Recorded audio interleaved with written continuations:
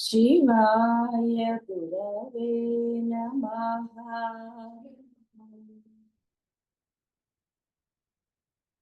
शिवाय गुरवे नमः।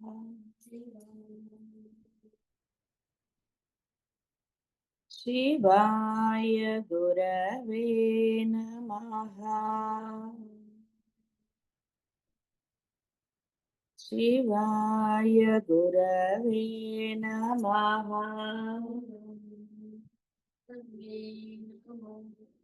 शिवाय गुरवे नमः।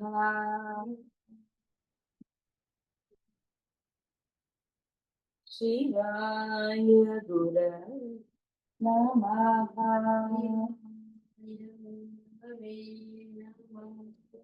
शिवाय गुरवे नमः।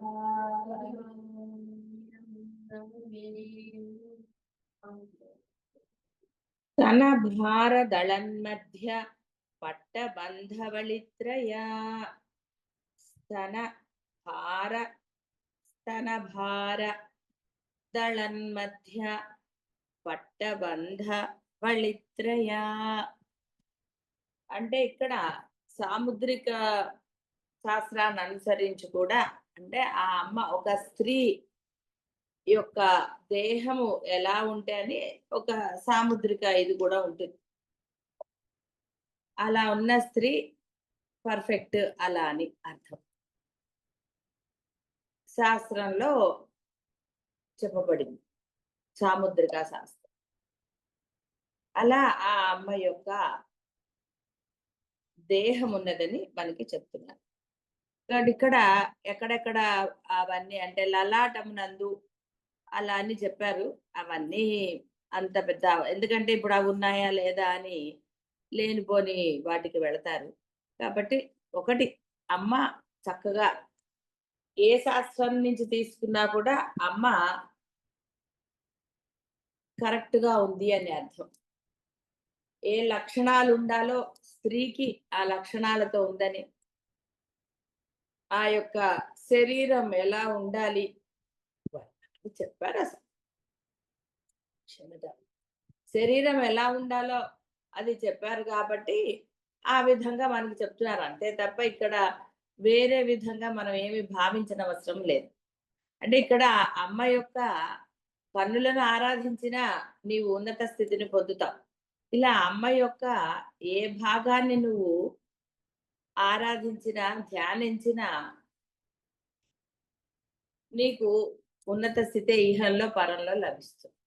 అందువలన ఇంత విపులంగా చెప్పటం జరుగుతుంది. అంతేకాని అమ్మది ఏదో అని మనం భావించకూడదు. అమ్మ సర్వలక్షణ సంపన్నురాలు అంటారు కదా, సర్వగుణ సర్వ సంపన్నురాలు అంటే అన్నీ కూడా చక్కగా తీర్చినట్టున్నాయని అంటూ ఉంటాం మనం.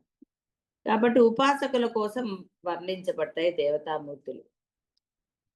భక్తుడు తన మానసంన కల్పించిన దివ్యతర రూప సంపద అంతా పరమేశ్వరి యందు కల్పించి ఆ మూర్తిని ఊహిస్తారు. కాబట్టి ఆ యొక్క ఉత్తమ స్త్రీ సాముద్రిక లక్షణాలు అమ్మకు చెప్పారు. సౌందర్యలహరిలో కూడా కుచౌ సజ్జస్విద్యత్ తటఘటిత కూర్పాస భిదురౌ కషంతో దోర్మూలే కనక కలస్ అని ఇక్కడ అక్కడ చెప్పారు కాబట్టి ఇక్కడ అలా అది కాదు. అమ్మని ఎక్కడ వర్ణించినా కూడా ఇది ఉంటుంది అని చెప్పడానికి. అంతే తప్ప సౌందర్యలహరిలో చెప్పారు కాబట్టి ఇక్కడ చెప్పింది కరెక్ట్, లేదా ఇక్కడ చెప్పింది అక్కడ చెప్పారు కాబట్టి కరెక్ట్ అని కాదు అర్థం. అక్కడ అమ్మమూర్తిని ఎక్కడ ఇది చేసినా కూడా ఇదే విధంగా ఉంటుంది. ఎక్కడా కూడా అంటే ఇందులో ఒక విధంగా అందులో ఒక విధంగా చెప్పరు. అమ్మ కరుణ ఎలాగ చెప్పరు, అమ్మ మూర్తిని కూడా ఇక్కడో రకంగా ఇంకో చోట వర్ణించినప్పుడు ఇంకో రకంగా ఎక్కడ అలా చెప్పరు. ఎందుకంటే అమ్మ అమ్మే, ఎక్కడ చెప్పినా ఆ అమ్మ యొక్క రూపం అంతే ఉంటుందని చెప్పడానికి సౌందర్యలహరిని తీసుకున్నారు. అంటే అమ్మ యొక్క ఈ అంటే లలాటంలో ఉన్న ముడతలు కానివ్వండి, ఆ యొక్క మనం నిన్న చెప్పుకున్న నాభి దగ్గర కానివ్వండి, అవన్నీ కూడా స్థూల సూక్ష్మ కారణ శరీరాలని అంటే 3 త్రిగుణాత్మకాలు, త్రిగుణ గుణాలు ఇవన్నీ కూడా చెప్తారు. అంతే తప్ప వాటిని మనం వేరేగా గాని, మామూలుగా గాని భావించరాదు ఎట్టి పరిస్థితుల్లో కూడా. ఆ! దీన్ని స్థూల, సూక్ష్మ కారణ దేహాలకి సూచకంగా త్రిశక్తి, త్రిగుణ, త్రిశక్తులు అంటాం కదా! త్రిగుణ 3 గుణాలు, త్రిలోకాది, త్రితత్వములు ఆ విధంగా సూచించబడతాయి. అంటే అమ్మది ఏదైనా సరే, అమ్మ యొక్క కాలిగోరే రక్షిస్తుంది అన్నప్పుడు ఇంక వేరేగా చెప్పక్కర్లేదు కదా! ఆ! కాబట్టి ఉన్నతంగానే మనం భావించాలి. అరుణారుణ కౌసుంభ వస్త్ర భాస్వత్కటీతటీ అరుణారుణ కౌసుంభ వస్త్ర భాస్వత్కటీతటీ ఉదయాదిత్యుని అరుణవర్ణము గల బంగారు ఛాయ వంటి కౌసుంభ ఛాయ గల వస్త్రములతో కూడి ప్రకాశిస్తున్న ఆ అమ్మ. అంటే దేవతామూర్తులకి కేవలం మనం కట్టుకున్నట్టుగా ఒక వస్త్రం కాకుండా ఈ కటి ప్రదేశం అంటే ఈ నాభి ప్రదేశం అప్పుడు అక్కడ ఇంకొక వస్త్రాన్ని కడతారు. ఎలాగైతే బ్రాహ్మలు ఈ నడుముకి ఒకటి కట్టుకుంటారు. ఈ యొక్క పైన వేసుకునే ఉంటాయి కదా! 2 వేసుకుంటారు. ధోవతి, పైన వస్త్రం ఒకటి. కండువా అంటారు. దాన్ని నడుముకి కడతారు వాడు కొంత పూజ సమయంలో. అదే విధంగా దేవతామూర్తులకు కటి వస్త్రం అనేది ఒకటి ఉంటుంది. ఎందుకు ఏమిటి అన్న ప్రశ్నలు చెప్పాను కదా! కొన్ని తెలుసుకోకుండా ఉంటా అంటే ఆ అర్హత సంపాదిస్తే తప్ప అది మీకు అర్థం. కాబట్టి ఆ కటి ప్రదేశంలో అమ్మ అలాంటి అరుణవర్ణముని ధరించి ఉన్నది అని అర్థం. అమ్మ యొక్క శరీర కాంతి మనకి చెప్పారు. అలాంటి శరీర వర్ణ ఆ కాంతి ఏదైతే ఉందో అలాంటి రంగు గల వస్త్రం అది ఉదయాదిత్యుని అరుణ వర్ణం. ఆ యొక్క వస్త్రాన్ని అక్కడ కట్టుకున్నదమ్మ. కాబట్టి అమ్మ యొక్క ఎరుపు కాంతి వర్ణం. అరుణి యొక్క అరుణం. కౌసుంభం అంటే కుసుమ పుష్పంట. దీని యొక్క బంగారు వన్నెకు సమమగు వర్ణము గల వస్త్రం. ఇట్టి రంగులు గల వస్త్రములు ధరించి ప్రకాశిస్తుంది. అంటే మనకి బంగారు అంచు ఉంటుంది కదా! ఆ అంచు ఇలా ఎరుపు రంగు వర్ణం కలిసి ఆ అమ్మ యొక్క వస్త్రం అలా ఉంది అని మనకి ఇక్కడ సూచిస్తున్నారు. ఆ కుసుమ అంటే మనకి ఇక్కడ దేవతా పుష్పాలు దొరకవు, ఊహించుకోవడానికి బంగారు వర్ణం. రత్న కింకిణీకారమ్య రసనాదామ భూషిత రత్న కింకిణికా రమ్య రసనాదామ భూషిత రత్నస్థగితమైన బంగారు చిరుగంటలచే ఒప్పుచున్న 16 తీగల మేఖలా సూత్రంచే ఆ అమ్మ యొక్క మొలనూలు అలంకరించబడింది. ఇక్కడ అంటే వడ్డాణంగా తీసుకుంటారా అంటే వడ్డాణం కొంత పైకి ఉంటుంది. కింద కూడా ఒక ఈ వస్త్రం మీదకి ఒక ఇది ధరించి ఉన్నది అమ్మ. అందులో బంగారు చిరుగంటలు ఉన్నాయట. ఆ యొక్క వస్త్రం మీదకే అమ్మ అలా మొలనూలు అన్నారు దాన్ని. కాబట్టి అక్కడ ఆ అమ్మ అలాంటి ఒక ఆభరణాన్ని ధరించి ఉన్నది అని చెప్తున్నారు. కామేశ జ్ఞాత సౌభాగ్య మార్దవోరుద్వయాన్విత కామేశ జ్ఞాత సౌభాగ్య మార్దవోరుద్వయాన్విత ఇహ అమ్మ యొక్క ఆ యొక్క భాగముల యొక్క కోమలత్వం అనండి వాటి అంటే ఇక్కడ మనకి ఇప్పుడు ఈ కాలంలో బాహ్య ప్రపంచంలో ఎలాంటి వస్త్రాలు ధరిస్తున్నారో అందరూ మనకి తెలిసిందే.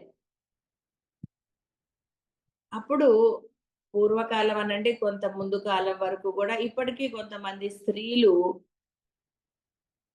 కొన్నిటిని అంటే మాతృస్థానాలని బహిర్పరచరాలు. ఆ మాతృస్థానాలనే ఏదైతే మనం చెప్పబడుతున్నాయో అవి కేవలము ఆ స్త్రీ యొక్క భర్తకు మాత్రమే తెలిసినవి. ఇంకెవరికీ తెలియదు.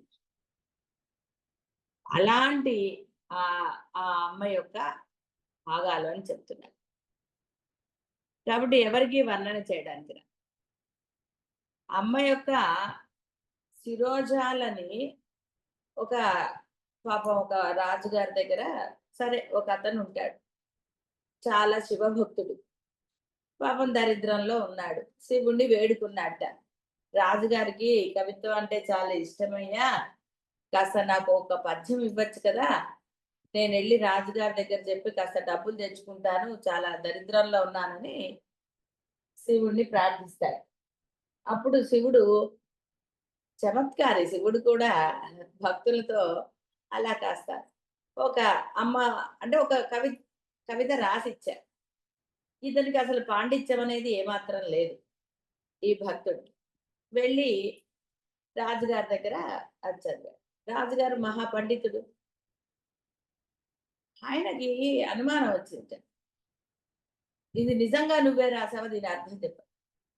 వాడు బెంబేలెత్తిపోయాడు. చెప్పు నువ్వెక్కడంటే, కాదు కాదు నాకు శివుడే రాసిచ్చాడు. అంటే సరే పద నీ శివుడిని మాట్లాడమని. ఆయన ఏమనుకున్నాడు, వీడు ఎవరో రాసిన దొంగతనం చేసి తీసుకొచ్చాడని. సరే అందరు కలిసి గుడికొచ్చారు. అక్కడ ఆ భక్తుడు శివుని ప్రార్థన చేస్తున్నట. ఏమిటయ్యా నేను ఏదో అనుకుంటే నువ్వు ఇలా చేశావు. ఇప్పుడు నా పరిస్థితి చూడు ఎలా జరుగుతుందో.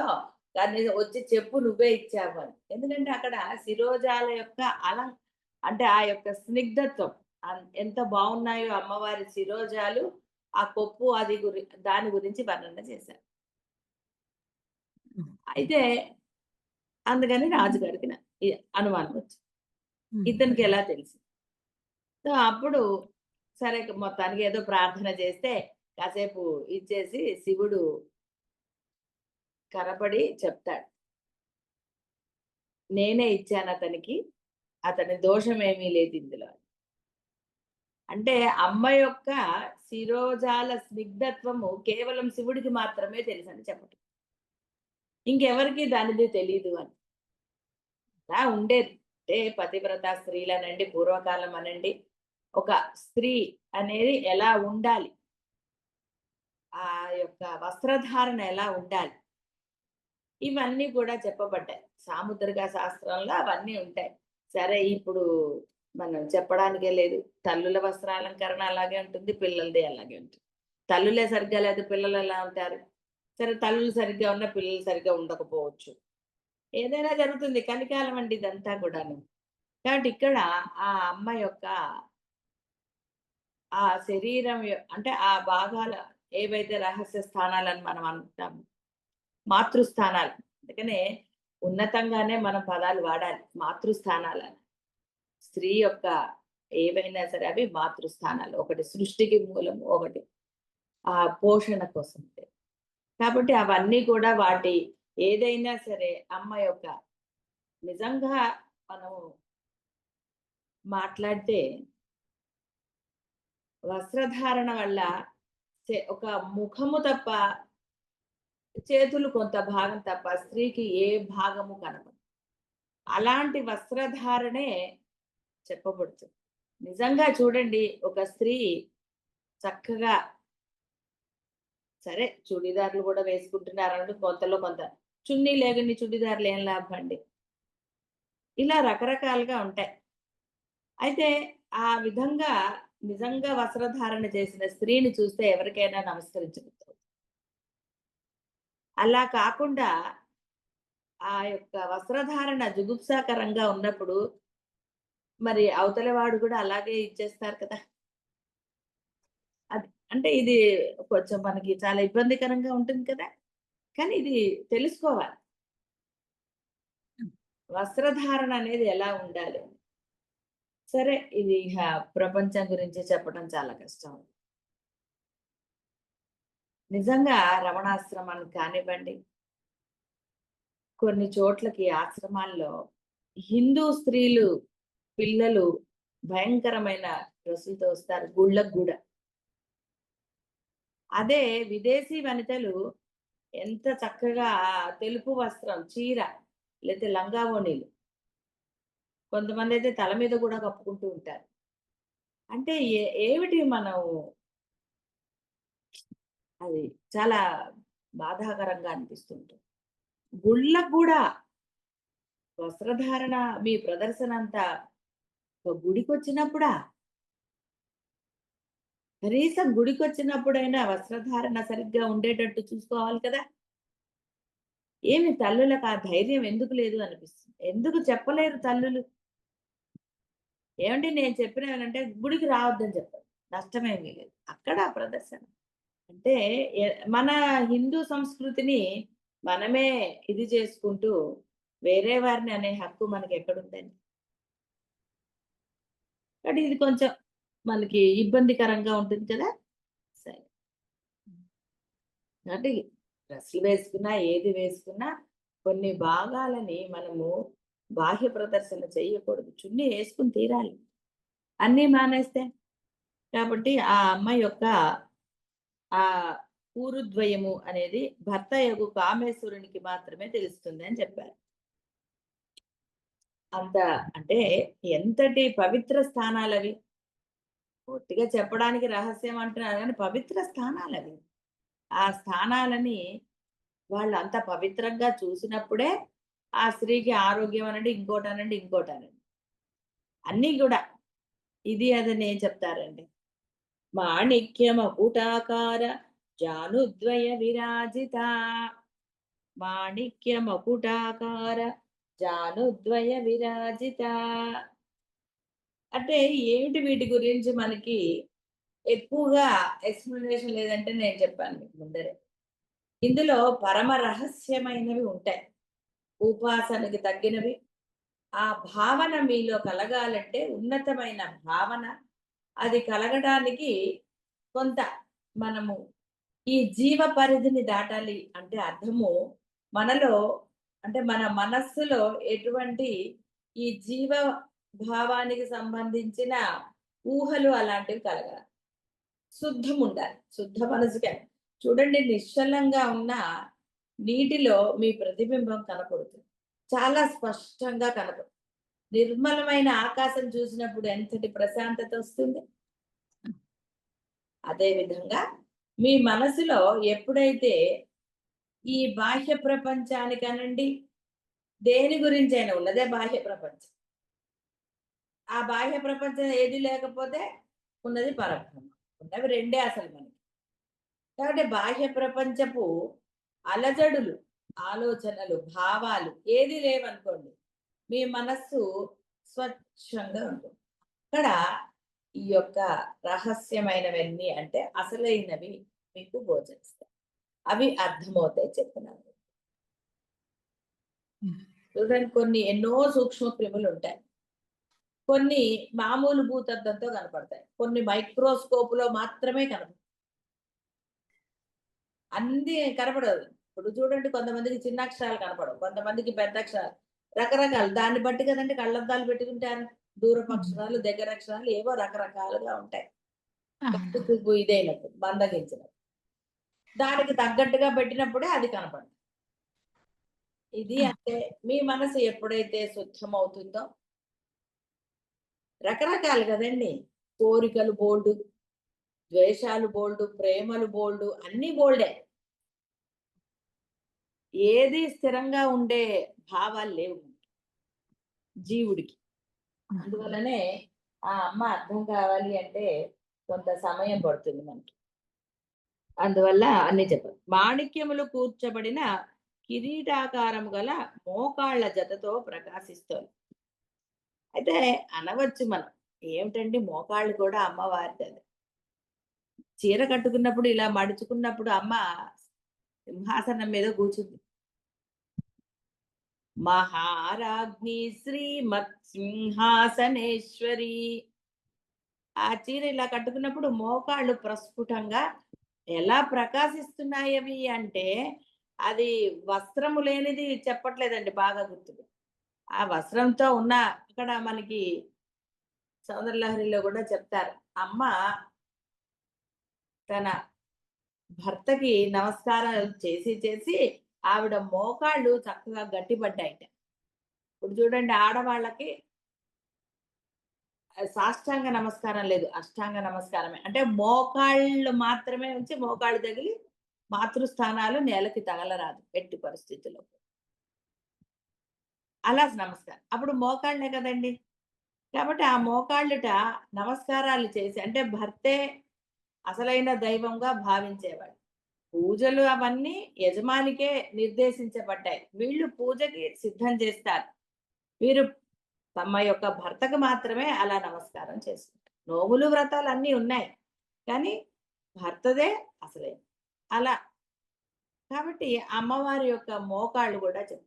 మోకాళ్ళు సరిగ్గా లేకపోతే మీరు నమస్కారాలు గాని, అసలు కింద కూర్చోటాలు గాని, మోకాళ్ళ నొప్పులు ఇప్పుడు తెలిసిందే కదా అందరికి. జోకేసుకోవచ్చు భర్తకి ఎప్పుడు నమస్కారం పెట్టలేదని. ఒట్టిగా సరదాగా చెప్పుకున్నప్పుడు. అది. కాబట్టి మోకాళ్ళ నొప్పులు వచ్చాయని. అంటే అష్టాంగ నమస్కారాలు చెయ్యలేదు వీళ్ళని. అందుకే మోకాళ్ళ నొప్పులు వస్తున్నాయి. సాష్టాంగాలు చేయలేదు కాబట్టి వాళ్ళకొచ్చాయి అలా అని సరదాగా చెప్పుకోవచ్చు అనుకోండి. సరే దానికి దీనికి ముడిపెట్టకూడదు. అమ్మెక్కడా? ఇదెక్కడ? అది. కాబట్టి ఆ అమ్మ యొక్క మోకాళ్ళు కూడా చక్కగా ఒక కిరీటం పెడితే ఎలా శోభాయమానంగా ఉంటుందో, ప్రకాశిస్తూ ఉంటాయో, అమ్మ యొక్క మోకాళ్ళు ఆ విధంగా ఉన్నాయి. 2 కాబట్టి మకుటద్వయం అన్నారు. జానువులు కాబట్టి జానుద్వయం. కాబట్టి ఇందులో గుహ్యాతి గుహ్యమైన ఒక విశేషం ఉన్నది. ముందే చెప్పుకుంటున్నాం కాబట్టి ఆ రహస్యాలన్నీ కూడా గురుముఖైక వేద్యము. అవాంగ్ మానస గోచరాలు. తత్వము రహస్యాతి రహస్యం. కాబట్టి కామేశ్వరుడికి మాత్రమే తెలుసు. దీనిని తెలిసిన వాడే సర్వజ్ఞుడు అనబడదు. అంటే అమ్మ గురించి ఒక పిల్లవాడే కదండి చెప్తాడు. కాబట్టి ఆ అమ్మ యొక్క గొప్పతనం అనండి, అందం అనండి, పరమ భక్తుడికే తెలుస్తుంది. వాడు భావిస్తాడు, ఆహా నా అమ్మ ఇలా ఉంది అనేసి. వాడు ఆ భావనలో లీనమైపోతే వాడికి బాహ్య ప్రపంచం గుర్తురాదు. పిల్లవాడు చూడండి అమ్మ దగ్గరికి వెళ్ళిపోతే ఎలా ఉంటాడో, అమ్మతోటే దోబూచులాడుతూ ఉంటాడు. అమ్మ అంటే వాడికి ఆ కథ నేను ఎప్పుడూ మర్చిపోలేదు. మీకు కూడా చెప్పాను చాలా సార్లు అనుకుంటున్నాను. ఒక చిన్న పాప ఒక చాలా అందంగా ఉంటుంది. అక్కడ అమ్మ దగ్గర నుంచి తప్పిపోతుంది. ఒక ఎగ్జిబిషన్ కనుక్కుందాం పోని. అందరూ వచ్చి పాపను ఎత్తుకున్నారు. ముద్దుగా ఉంది పాప అందంగా. ఏమిటమ్మా అంటే అమ్మ కనపట్టలేదు అందిట. సరేనని చెప్పి అక్కడ స్త్రీలను చూపించి ఇది అంటే కాదు కాదు కాదు అంటుంది ఆ అమ్మాయి.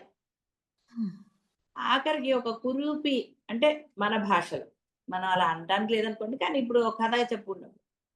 అసలు ఏమాత్రం కూడా అందము లేని ఒక స్త్రీ వస్తే ఆ పిల్ల అమ్మ అనుకుంటూ వెళ్ళిందిట.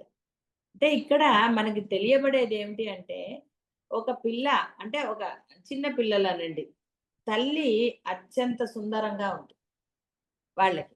అంతేగాని తల్లిలో వేరే భావం వారికి కనపడదు.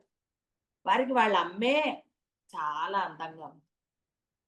అంటే ఆ భావన ఎంత మధురంగా ఉందండి.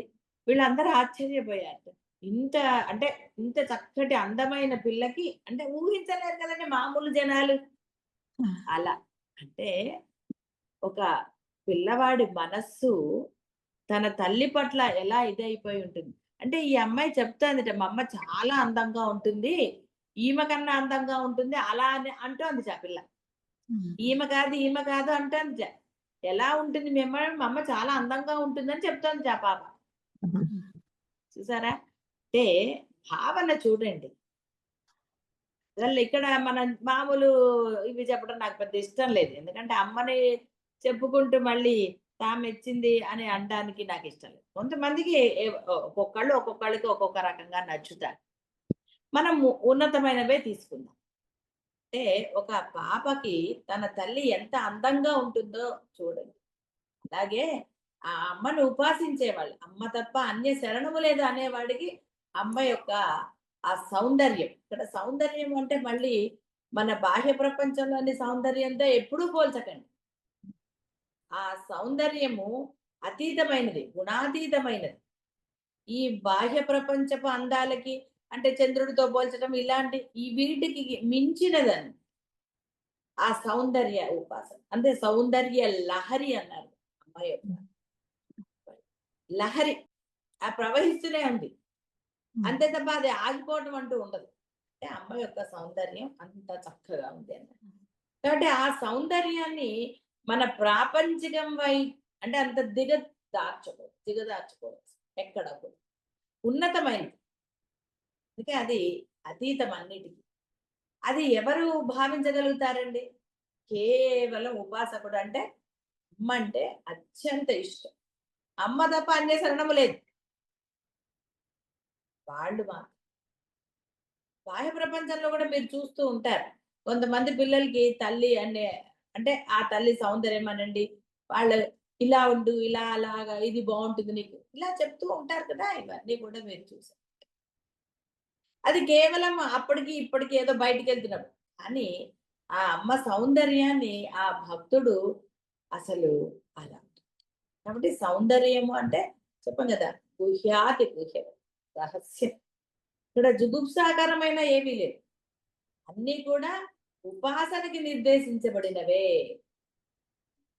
ఒక రూపాన్ని భావిస్తే కానీ మీరు ఉపాసన చేయలేరు. ఫోటో లేకుండా ఎలా చేస్తారండి? కాబట్టి ఒక రూపాన్ని ఫస్ట్ ధ్యానం చేస్తారు. రూపానికి ఒక నామాన్ని ఏర్పరిచారు. ఆ రూప ధ్యానం చేస్తాడు. అప్పుడు అన్యము లేదని చేస్తాడు కాబట్టి రూపంలోంచి అంటే ఆ రూపం నెమ్మదిగా రూపము నశిస్తుంది. అక్కడ ఉండదు. రూపం పోయి కేవలము ఒక ప్రకాశం మిగులుతుంది.